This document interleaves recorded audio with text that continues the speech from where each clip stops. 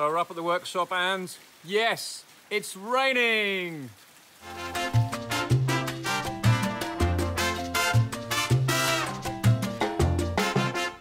Here we are, look at this, absolutely fantastic. We have Phacelia in full flower and we've had the rain yesterday, over 1.5 inches of rain, and now my bees that are just in there are going ballistic. We've got about 5 hectares of Phacelia here and we've got mustard, radish as well. This is the wild radish, it's a white flower. You can see the base underneath, there's a little stump of a radish there. But the Phacelia is brilliant because it's only just coming into flower. So look at the Phacelia, you can see where it was a little bit dry before, so the previous one has started to see, but now there's new stuff coming, all these are new buds. There'll be at least 2 weeks here of Phacelia that is going to just grow like a weed. This stuff is virtually a weed. You can plant it and it flowers in 6 weeks. Terrific stuff. My bees are going to go into the winter time after having this and all the ivy. They've got tons of ivy around here as well that now is going to get moisture after a few days. It'll take a few days to sink in, but this stuff is in nectar now because it's very shallow rooted. So this is just unbelievable. This is, everywhere I look I can see my bees. If you look in the distance, all you can see is bees popping up and down. And it's just, tomorrow's going to be 23, 24 degrees and it's warm between 16 and probably 20 degrees next week too. It's just what we need. Through there is my hives. You'll see how close they are.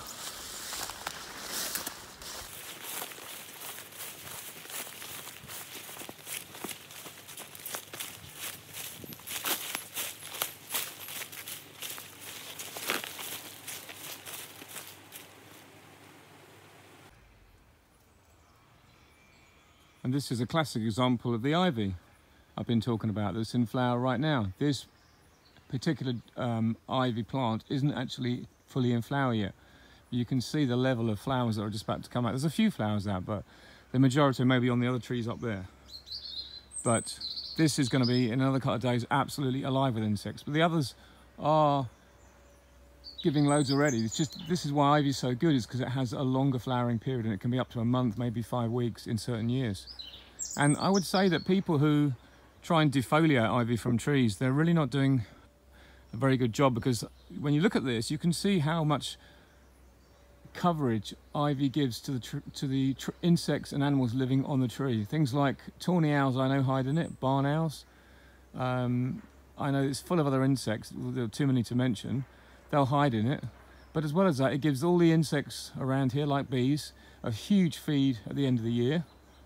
And also it gives berries between about April, May and June for things like blackbirds and stuff.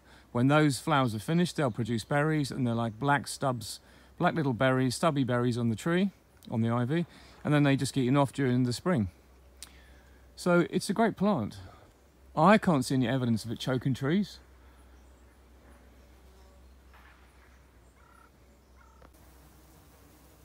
This ivy just to the side of that first tree I just filmed here is in total flower, complete flower.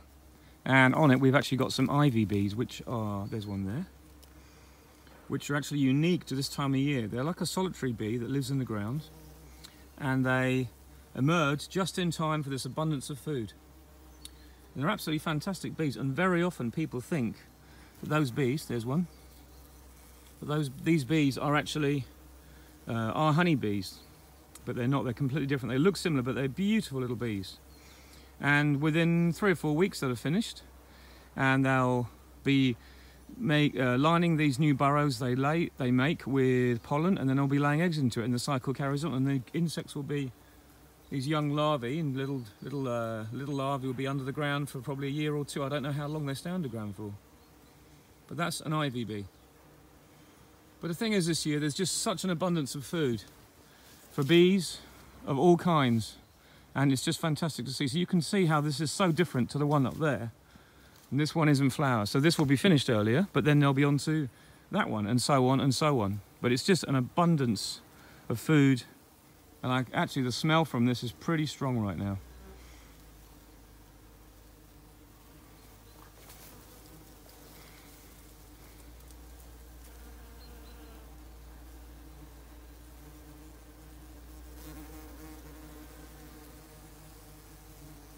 There's a honeybee.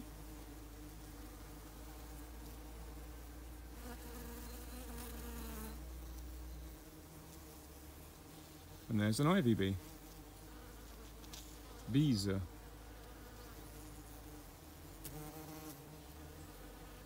They're absolutely fantastic creatures. It's just wonderful to see all this out. Really is. Look at that.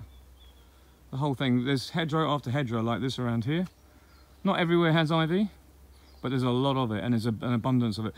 It's a shame it hasn't started the first week of September, or even earlier, like middle of the August, because we have nothing around then. And when you see this, you just think, oh, it's almost too much at once. But there you go. That is the way it is. Beautiful.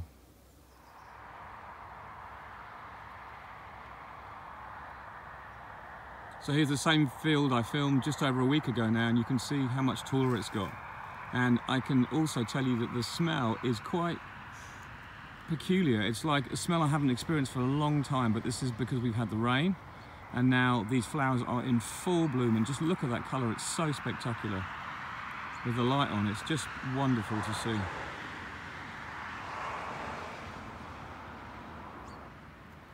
I'm going to go up the road now. We've got a field of blé noir or buckwheat, which I'm going to film, and you can see what that looks like. But they all come at the same time, which is just glorious. Look at that.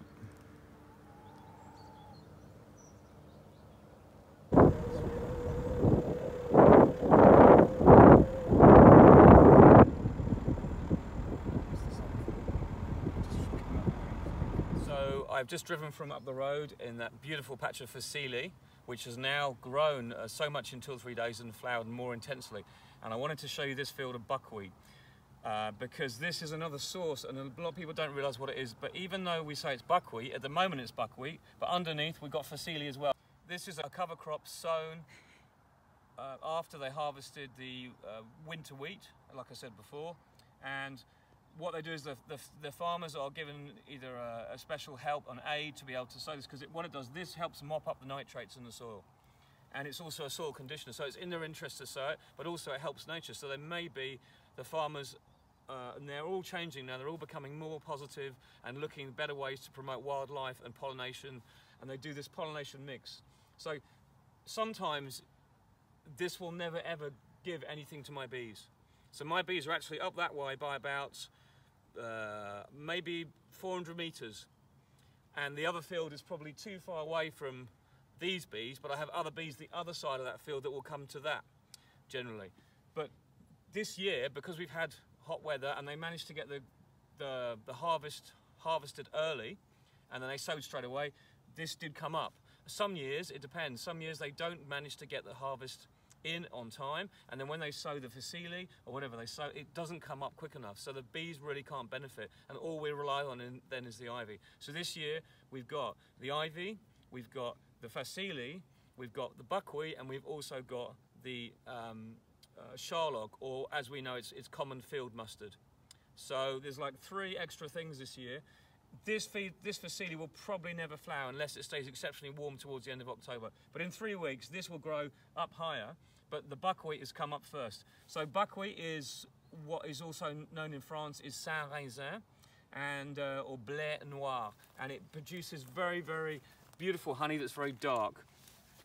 It is also excellent honey, and obviously they make buckwheat pancakes, and buckwheat flour is harvested from the actual seeds that come. But this will probably never produce seeds because now it's sown so late. It's just a floral mix, really. But that's a little bit about it. That's as much as I really know, because I only see what the farmers sow. And I chat to farmers here, and they're all changing. They're all changing the way they do things. They're all trying to be as pro getting wildlife into the fields where possible. It's great fun to point this out to people. So when they're driving past, they see, oh, that's buckwheat or whatever, and it's really interesting to me because it's what our bees are on. And I'm going to do this video on the nectar flows and how important it is to be able to kind of know what's happening in your area, at your specific area, at the time, and to tie that in with what your bees are doing. Because if you don't know that, you're going to fall behind and you're going to miss out on an opportunity. It's really important. But for me, all I'm going to do is sit tight and hope the bees have another week of this, which they should do, and then we'll know that even with the feeding I've done, with this extra pollen, it will make a really good end to the season. So I've just driven up the road a little bit, and here we have a field of mustard coming into flower, but it's only just starting to come into flower. But with the moisture we have here, it'll be in flower pretty quickly. And just behind those trees, I have another apiary, which will benefit well from this. But in that wood, obviously, there is tons and tons of ivy. So there's plenty around. But the one thing to say about this mustard, field mustard, is it is a different plant, and it's not a brassica that is sown in the autumn like oilseed rape is. It often gets confused. Oh, there's some oilseed rape by my hives and it's October, what can I do about it? There's nothing you need to do about it. You just need to enjoy watching the bees coming and going from your hives, because this is completely different. Oilseed rape is sown in August, September time, usually mid-August. It overwinters, the weather checks it in the winter, and then come the spring, it gets away and it flowers. And it's harvested around the same time as the wheaters, from about June, July time. But this is not oilseed rape. And I hope you find that interesting. A little bit about what we've got around here at the moment, and that's basically it. That'll be it now till the end of the year. There'll be a little bit of pollen here and there in maybe November, December, but really, as soon as that temperature drops for us in November, that is it. So, hope you like the video. Catch you again soon. Cheers for now.